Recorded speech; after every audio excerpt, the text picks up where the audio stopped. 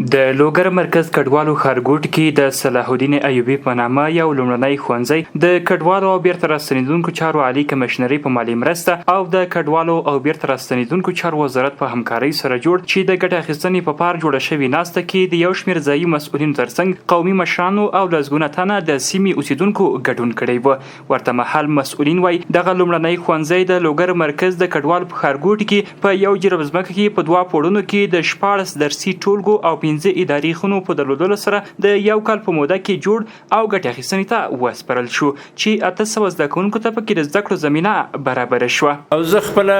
د لوګر معارف په نمایندګۍ باندې په دې یو معیاري لیسه باندې ډېر فخر کوم او ډېر افتخار کوم او ډېر منندوی د دغه ادارو یم. او دغه پروژه تقریبا په 23 میلیونه 940 افغانۍ په لګښت باندې جوړه شوې ده او د پیل نیټه چې وه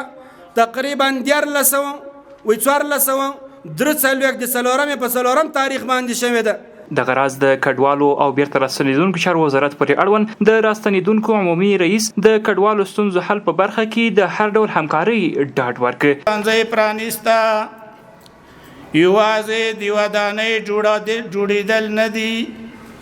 بلکې دا د یو روڼ راتلونکي سمبول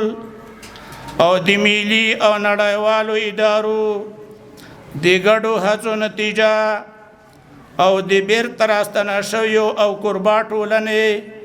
د پیاوړتیا او ملاتړ یو ستر ګام دی. د یادولو وړ ده چې د لوګر مرکز په ګډون ټولو ولسوالیو کې 288 ښوونځي شتون لري چې لا هم 88 ښوونځي ودانۍ نه لري او زده کوونکي په ازاده فضا کې زده کړې کوي.